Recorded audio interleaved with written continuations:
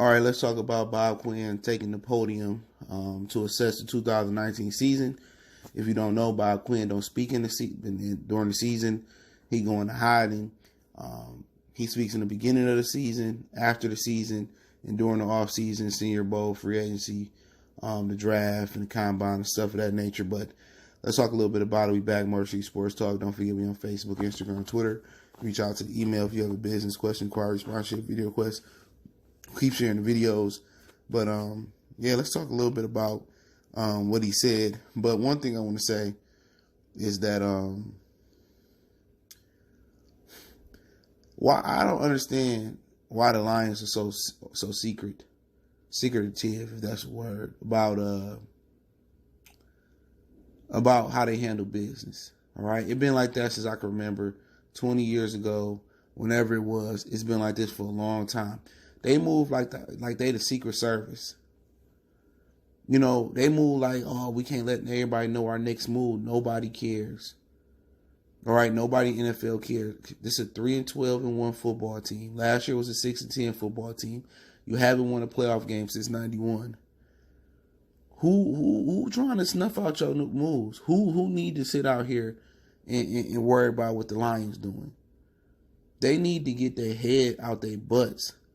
You know, and get off their high horses. I don't know if it's the Fords that make Martin Mayhew, LeWine, and move like that, and they make Bob Quinn, Patricia move like that. They trying to hide injuries off the injury report and all that. At the end of the day, I don't think Matt Patricia, I don't think the Bears was worried about if it was going to be Stafford or Jeff Driscoll. I don't think they cared.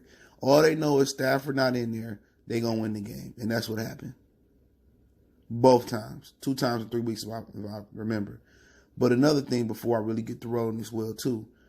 Bob Quinn is an asshole. And that's okay. He comes off like he the smartest man in the room. Like he too smart for his own good. And it shows. It doesn't take a dude with a doctoral, master's degree to run a NFL franchise. Some of the greatest NFL players have some of the sorriest Wonderlic scores. This is, as long as you don't have to manage the cap, you have a capologist. This is not rocket science, coaching, or being a general manager. So him trying to be the smartest dude out there, he can get shoved at. It's about football IQ. You know, but let's start off. He says that basically it would be a step back firing Matt Patricia. I agree. Because he didn't turned over the roster so much the last 2 years that these are the players that fit Patricia's scheme. You can't get Brian Flores. He with Miami. I'm not sure you want anybody off the New England staff, another defensive coordinator. If you bring an offensive guy in there, then guess what? And then he got to get a defensive guy. So who you gonna upgrade? Pascaloni? Who you gonna upgrade that run this defense just like this? Who you gonna find that's willing to come to Detroit? Not sure. Especially to work under another offensive guy. Then the guy, again, if you bring another coach in, do we want to keep Darrell Bevell? Even though Darrell Bevell did a good job, this year. But yeah, Bob Quinn kind of took a shot at him, and I'll get to that in a minute. Like he is correct. That's a step backwards. Firing Patricia after you got all these players, you done got rid of dudes because they made, suggestions. You got rid of dudes because they have voices in the locker room and too much control. Don't nobody want to, it's too late. It's too late. You know what I'm saying? But it is what it is. I agree. It would be a step back. And then that's his boy. All right. Then, excuse me, a little bit under the weather. Also, he first addressed Marvin Jones, in his situation with his son. I don't want to speak on it. That's his personal business. That is what it is. All right. Let's go through the shorter points real quick, and then we'll build up. He talked about, I did the free agent. But also he talked about the Darius Slay contract, right? And basically, he kind of answered that in a funky way, saying, yeah, we not talking about contracts right now and this and that, and basically he also said that he did not come close to trading Darius Slay. I don't believe him, and I guarantee you, Darius Slay don't believe him.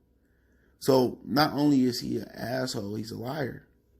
He up there lying. Because I know he tried to trade Darius Slay. Because if he didn't, he would have gave Darius Slay the extension.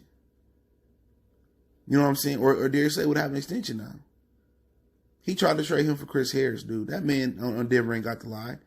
And when the buy point asked for something more than Chris Harris, the deal fell through right at the trade deadline. So at the end of the day, he up there lying.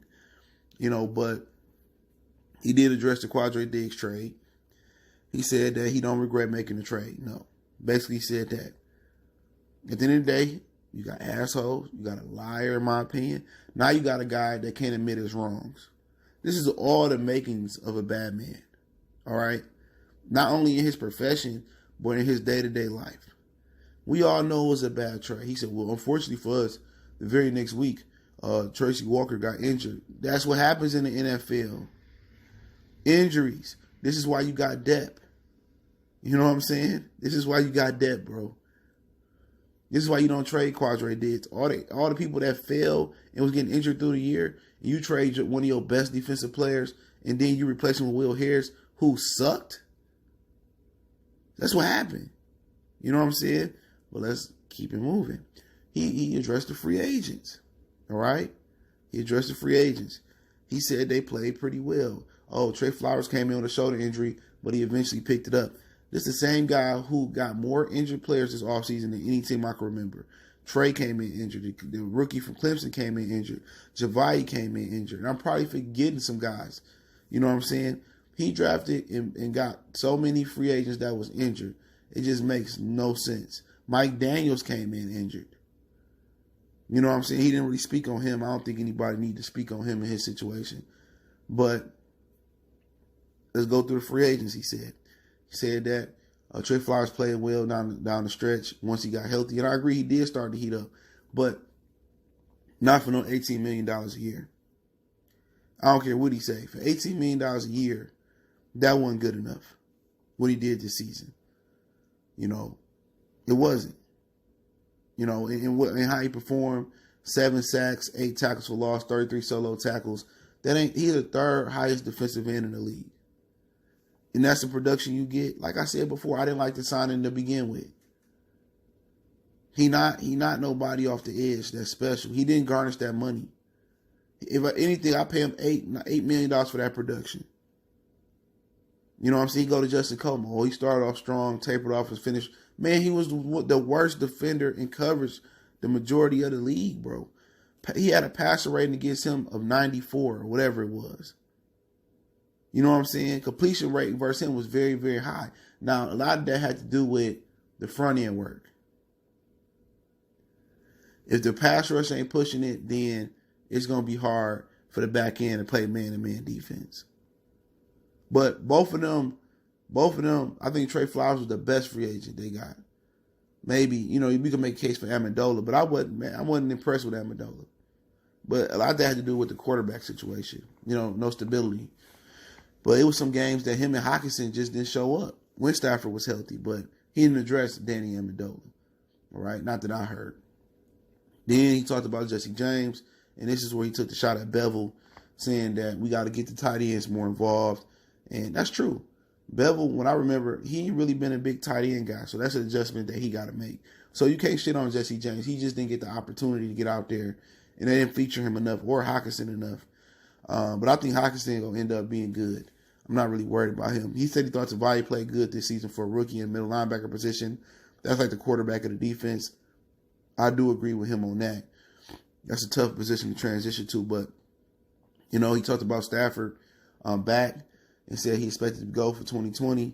And he also said that he thought Driscoll played well in his absence, But, he said it's something they look at to bring in another quarterback, something they might look at, or he thought about he should have got a higher grade quarterback. And he said we went through a lot of quarterbacks, and he praised Blau for his performance. He praised Driscoll for his performance. So I really didn't get the feel if they was looking for a quarterback in the draft or they was going to bring in the Case Keenum or Jameis Winston, a veteran to back up Matthew Stafford. But like I said before, Matthew Stafford was hurt.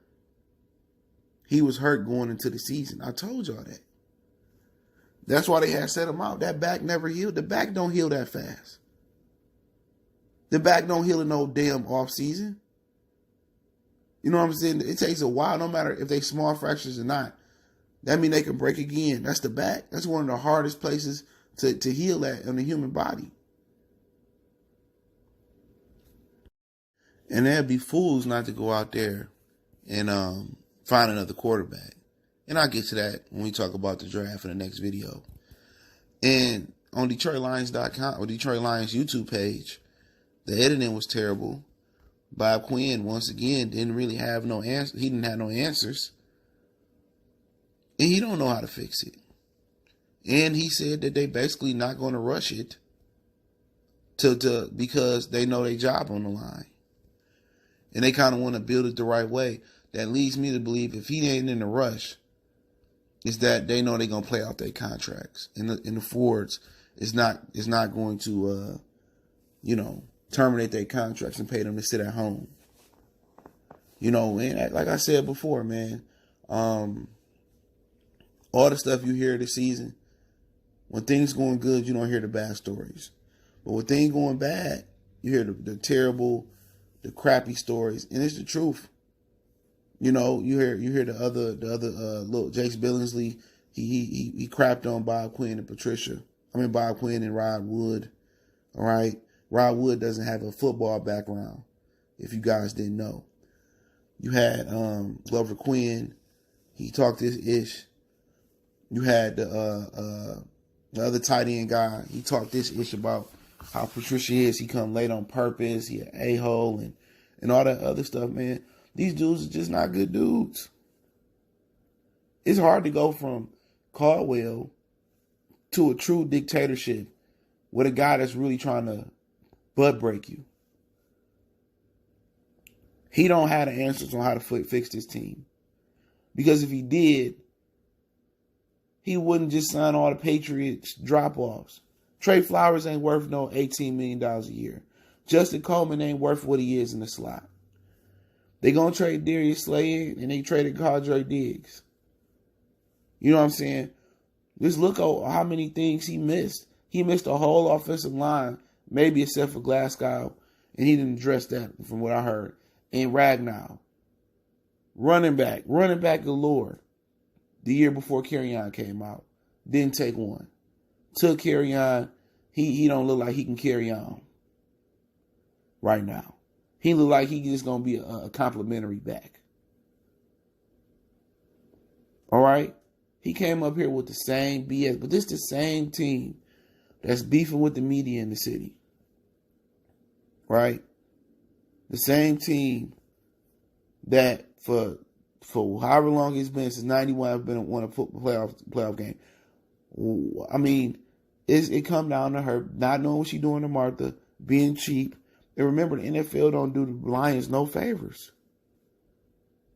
And the NFL helped them hire Bob Quinn.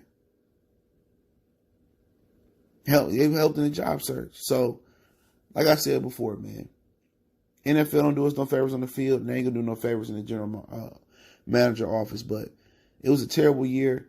He signed a whole bunch of guys that was injured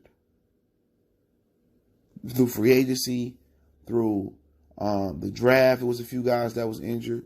And one thing he said, no excuses. But, hey, what if Deshaun Hand would have played? Hey, if was the fifth, Bob, we'd all be drunk. I hate when people say no excuses, then a minute or two or shit 10 seconds later. But, his favorite word was, he don't have no answers. He like a mechanic trying to fix the car, but don't know what's wrong with the car. He just keep giving you the runaround. I think it's the alternate. I think it's the starter. You know what I'm saying? He don't have the answers, dude. You know what I'm saying? So we'll see how it rock out, man. I'll link it in the description. The editing was terrible. Detroit Lions, get some better editors. I don't know if Bob Quinn went in there. Just proof more they cheat, man. Can't even get proper editing. But don't forget, we on Facebook, Instagram, Twitter. Reach out to the email if you got business questions, inquiries, sponsorship, video requests. Keep sharing the videos. Don't forget to check out my new other channel, Goodfellas Sports TV, for more sports, music, news, entertainment. It's Goodfellas Sports TV. And, Happy New Year to everybody. Bring it in. Be safe. Don't drink and drive. Don't forget that DUI. We gone.